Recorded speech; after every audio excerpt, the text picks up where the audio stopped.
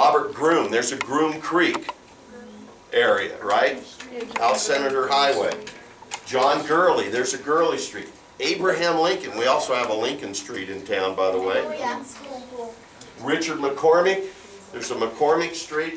Charles Poston, I don't think there's a Poston Street that I know of in town, but there's a direct, he has a direct relation to Prescott. William H. Prescott, whom the town was named after, we'll talk about. Jack Swilling, Joseph Rediford Walker, there's a little community called Walker south of Lynx Lake. Pauline Weaver, there's a number of geographical features in Arizona named after him. Emil Weeks Whipple, we got all kinds of things named after him around this area. So, my purpose, one of the purposes of presenting this unit to you is to let you know why are all these names and people directly related to Prescott. Yes, Emily? Isn't Lincoln School named after Abraham Lincoln? He is, or it is, yes. Yeah, and we're going to talk about Lincoln's indirect relation to Prescott. He was never here, but he has somewhat of a relationship to Prescott. Okay? Yes, Tate. Was William H. Prescott's last name Prescott or Prescott? Ah, we're going to get into that. Can you stay tuned for a future episode? Okay. All right. Capital letter B. Charlotte Hall. Write her name down in your notes. You cannot talk about Prescott history without bringing this woman up. And she is probably the person most responsible for preserving Prescott history. And we have a museum here. It's a wonderful museum, and it is very appropriately named after her. In 1907, she saw that the old governor's mansion was falling into a state of disrepair, and she did something about it. She got some of her friends together. They started raising money. They started raising money to try to restore the governor's mansion. And during that process, she came up with the idea of starting a museum. And so she did. And that's why the museum is here today. And I tell everybody this. The archives down there are wonderful. The amount of Arizona history that is at Charlotte Hall Museum, you will not find any more of Arizona history in any place, anywhere, than right here at the Charlotte Hall Museum. And I'm including the 3 state universities in that. So I'm just grateful that we've been able to continue. She would be very happy with the way that museum is being run today, by the way. Yes? Did she name it after herself, or did they change it after she died? The name just kind of stuck because they even allowed her to live there for a while. She actually lived in the governor's mansion for a while.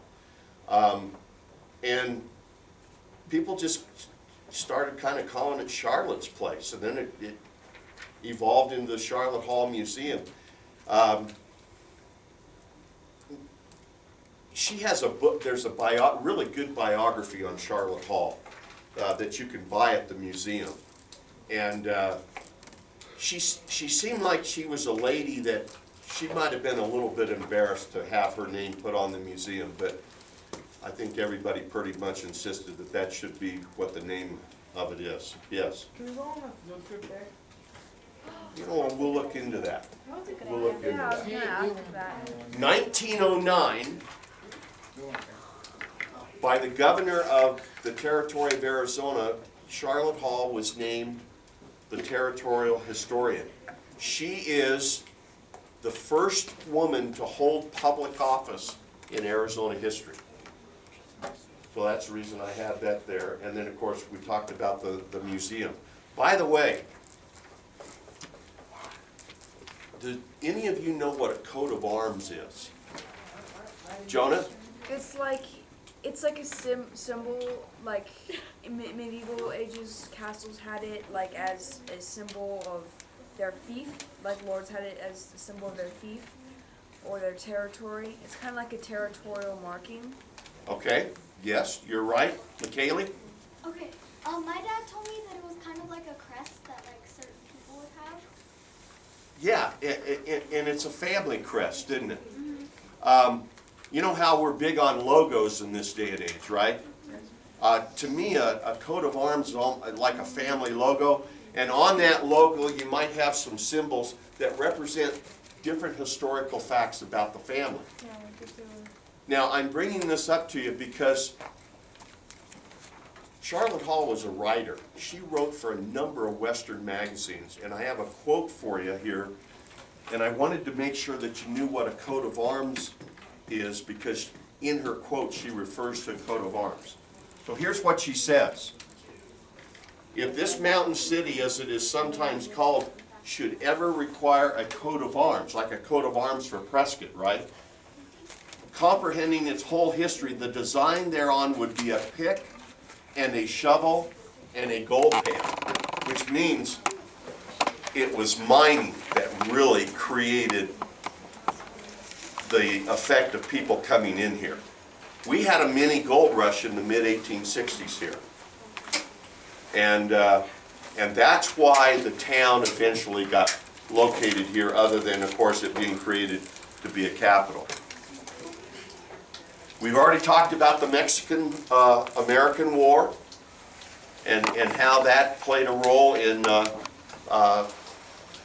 bringing this area into the United States.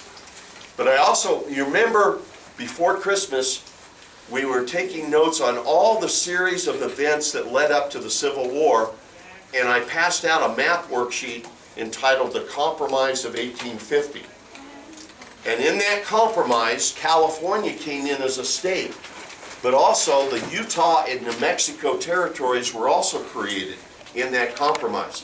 And you remember that in that compromise, New Mexico and Utah were given their choice as to whether they wanted slavery or not. They were given popular sovereignty. Well, here's what New Mexico looked like when it was first created in 1850. We had a little bit of a boundary dispute between Mexico and the United States here. Mexico thought the boundary should be right here.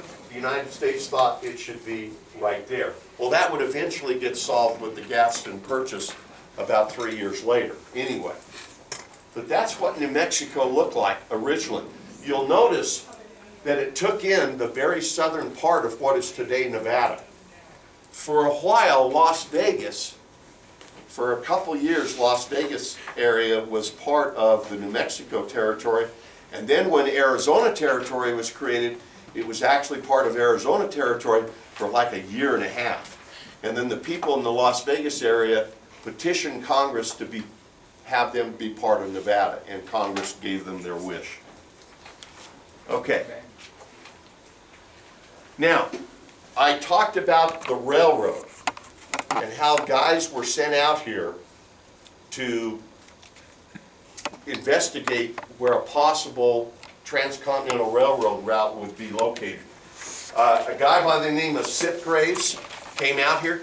There's a part of the National Forest in northern Arizona. It's called Sitgraves National Forest. That's where that name comes from. Whipple, Emil Weeks Whipple, came out here in 1853 and 54. Another guy by the name of Ives came out here in 1858. These were all Army surveyors. The reason the Whipple is probably a more well-known name in this area is because when the first territorial officials came out here, they had all of Whipple's journals with them. And everything that they knew about the area came from his journals. He kept magnificent journals.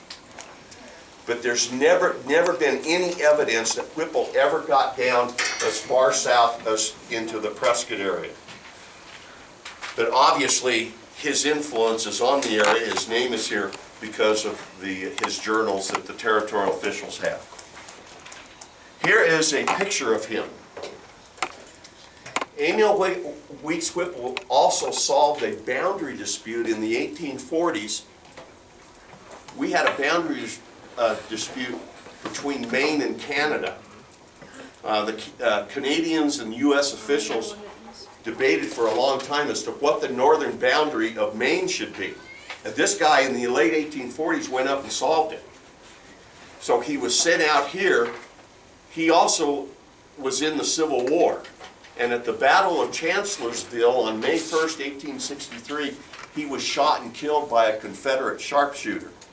He must have been a fairly well-known guy, because 3 days later at his funeral, Abraham Lincoln attended his funeral. So remember now, this is a map showing how the country was divided in the Civil War. Remember now, as I said earlier, that with the New Mexico Territory, both the Union and the Confederacy at first were claiming the New Mexico Territory. In fact, you remember this guy, I remember that guy. the President of the Confederacy, on February 14, 1862, he signs a bill into law separating Arizona from New Mexico and creating the Arizona Territory under the Confederate States of America. What's coincidental about February 14th? When is Arizona's statehood day? February 14th. So it was 50 years to the day. February 14th, 1862, the Confederates make Arizona a separate territory, and 50 years later, William Howard Taft, President of the United States, signs a bill making Arizona the 48th state of the United States. 50 years exactly. Now, the Confederates did not divide Arizona and New Mexico up like we know Arizona and New Mexico are divided up today. This is how the Confederates divided it up. They used a east-west boundary right along the 34th north latitude line, the 34th parallel. They divided up like this. So the northern part of the territory was New Mexico, and the southern part of the territory was Arizona. Where's Prescott? Where's So Prescott sits about right in here. So Prescott would have been just north of that boundary. If this boundary would have stuck, Prescott would be in New Mexico today, not Arizona. Well, as we know, and I'm going to share with you tomorrow and Monday, eventually Union troops would come into this area and run the Southern troops out. And about a year later, on February 24th, 1863, a bill hit Abraham Lincoln's desk from the Congress, and President Lincoln signed it, making Arizona a separate territory from on the Union side. Now, the question is, this boundary came right down through here, which is where it is today. It's at about 109 degrees west longitude. So the question is, why did the Union draw a north-south line where the Confederates drew an east-west line? Well, most of the people down here in this area, which there were not a whole lot of white folks in those days down here, but do you think they were Southern sympathizers mostly or Northern sympathizers? They were Southern. So, what do politicians do? When they want to divide people up, they draw a boundary right down between them. And that's really the main reason they drew this north-south boundary, was to divide those Southern sympathizers up. Yeah? So, was this before the Gadsden Purchase or the Confederate horizontal one? This was after. This would have been after. Gadsden Purchase was 1853. The Confederates are claiming Arizona as a separate territory in 1862, 9 years later. Yeah. So, all right. Okay, here's what I want you to write down in your notes next. When we talk about the founding of Arizona, you got to talk about Charles Poston. And of course, the founding of Arizona corresponds with the founding of Prescott. Charles Poston was a mine investor. He came into what is now southern Arizona in 1854. And he felt very much like Arizona needed to be a separate territory. He was living down in the southern part of the state, and he says it's just too far to travel to go to Santa Fe, and of course Santa Fe was the capital of the New Mexico territory. And he went to Washington, D.C. on several occasions. In fact, when Lincoln became president, we know Charles Poston, at least on 3 occasions, met with Lincoln himself one-on-one, trying to convince Lincoln why Arizona should be a separate territory. And apparently, his efforts succeeded. Now, when we talk about somebody lobbying somebody, Vika, if I'm trying to lobby you, what am I doing? I'm trying to convince you to do something or to believe in a certain way. Okay? So Charles Poston was able to convince members of Congress and to convince President Lincoln to make Arizona a separate territory, and that's why he's considered to be the father of Arizona. Every territory in the United States gets representation in the House of Representatives. In fact, these representatives, they call delegates, can actually introduce a bill into the House of Representatives. They just can't vote on it. They have representation, but it's a non-voting representation. And the very first territorial delegate to Congress from Arizona was Charles Poston. Okay, anybody not done with this slide? Okay, are you about done? While you're finishing up, let me tell you another story about Charles Poston. Charles Poston